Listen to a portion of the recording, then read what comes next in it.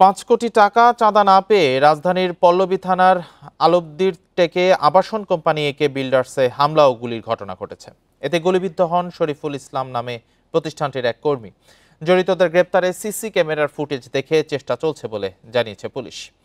একে বিল্ডার্সে শুক্রবার বিকেল ৫টার দিকে হামলার সিসিটিভি ফুটেজে দেখা যায় বেশ কয়েকজন লোক দেশীয় অস্ত্র নিয়ে হামলা করেছে।